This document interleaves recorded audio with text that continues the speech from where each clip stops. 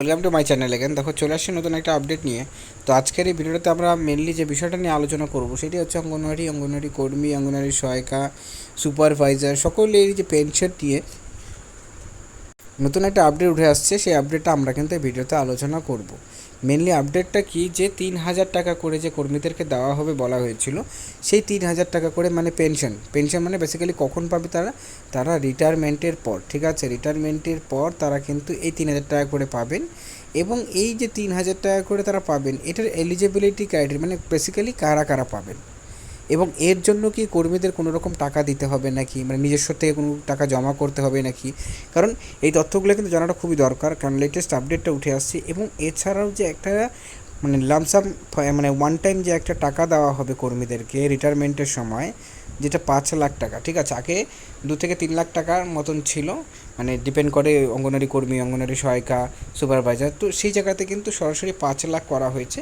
সেই 5 লাখ টাকা পেলে পরে কি এই পেনশন পাওয়া যাবে না, বা কেউ কি দুটাই পেতে পারে কি না, বা নিজস্ব অ্যাকাউন্ট থেকে কোনো টাকা কাটবে কি না, বিভিন্ন রকম একটা কনফিউশন কিন্তু তৈরি হয়েছে কর্মীদের মধ্যে, বা তারা আদৌ পাবেন কি পাবেন না এটা নিয়েও একটা কনফিউশন। সো এটা নিয়ে একটা বড়সড় গুড নিউজ আছে।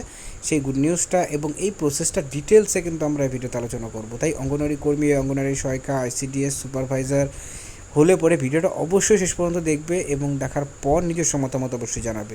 আর যদি ভিডিওটা ভালো লাগে লাইক করবে, চ্যানেল নতুন থাকে চ্যানেলটাকে সাবস্ক্রাইব করবে। তো এ টু জেড আমরা ভিডিওতে আলোচনা করছি। দেখো প্রথমত যে বিষয়টা আলোচনা করবো সেটি হচ্ছে যে এইখানে আমরা জানি যে রিটায়ারমেন্ট মানে পশ্চিমবঙ্গে 65 বছর হলে পরে কিন্তু কর্মীদের একটা রিটায়ারমেন্ট এজ আসবে এবং রিটায়ারমেন্ট তাদের করতে হবে। এখন এই যে 65 বছর বয়সে তারা রিটায়ারমেন্ট করবেন, রিটায়ারমেন্ট করার পর তাদের কিন্তু সরকারের তরফ থেকে এককালীন 5 লক্ষ টাকা কিন্তু দেওয়া হবে। এটা এখন পর্যন্ত যা আপডেট।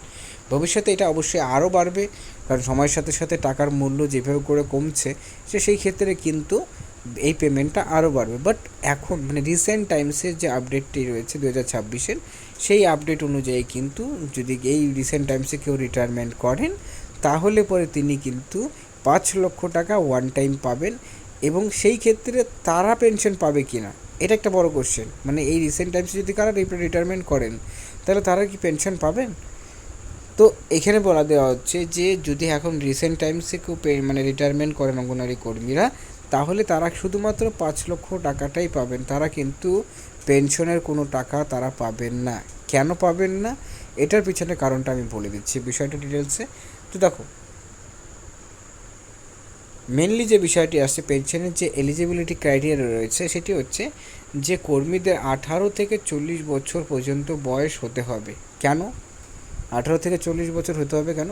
কারণ এই ক্ষেত্রে যে শেয়ারটা রয়েছে, মানে এই জায়গাতে 60-40 রেশিওতে কিন্তু কর্মীদেরকে এখানে টাকা জমা করতে হবে। মানে কর্মীদের মিনিমাম 200, বেসিক্যালি আমি বলে দিচ্ছি, 55 টাকার থেকে, মানে 55 টাকা থেকে 220 টাকার মধ্যে কিন্তু প্রত্যেক মাসে কর্মীদের অ্যাকাউন্ট থেকে এটা জমা পড়বে।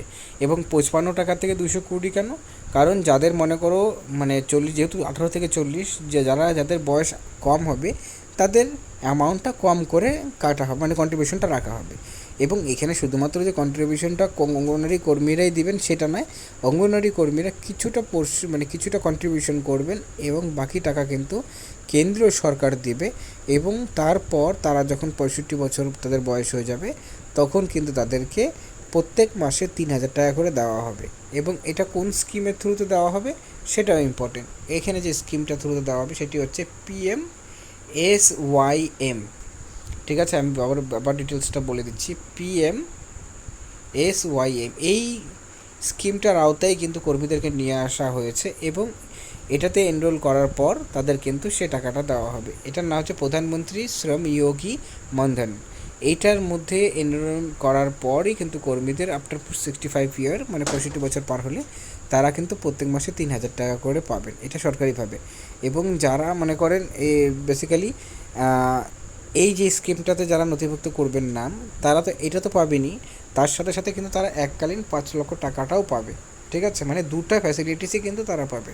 কিন্তু যারা রিসেন্ট টাইমসে রিটায়ারমেন্ট করবেন তাদের ক্ষেত্রে এই যেহেতু তারা কিছু কন্ট্রিবিউশন রাখেনি, যেহেতু স্কিমটা নতুন চালু হয়েছে, তো সেই ক্ষেত্রে তারা কিন্তু পেনশনে কোনো টাকাটা তারা পাচ্ছেন না, শুধুমাত্র এককালীন 5 লক্ষ টাকাই পাচ্ছেন। কিন্তু যাদের বয়স কম রয়েছে, যারা এইটাতে নথিভুক্ত করেছেন, তারা কিন্তু 5 লক্ষ টাকা তো অবশ্যই পাবেন, তার সাথে সাথে প্রত্যেক মাসে রিটায়ারমেন্ট মানে 65 বছর পার হলে তারা কিন্তু 3,000 টাকা করে পাবে।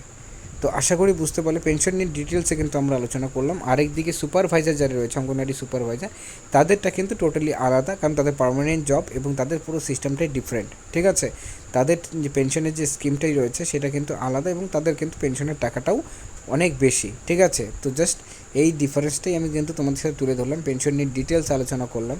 তো যদি ভিডিওটা ভালো লাগে লাইক করবে, চ্যানেল নতুন থাকে চ্যানেলটিকে সাবস্ক্রাইব করবে এরকম ভিডিওসগুলো সর্বপ্রথম পাওয়ার জন্য। So thanks for watching my video.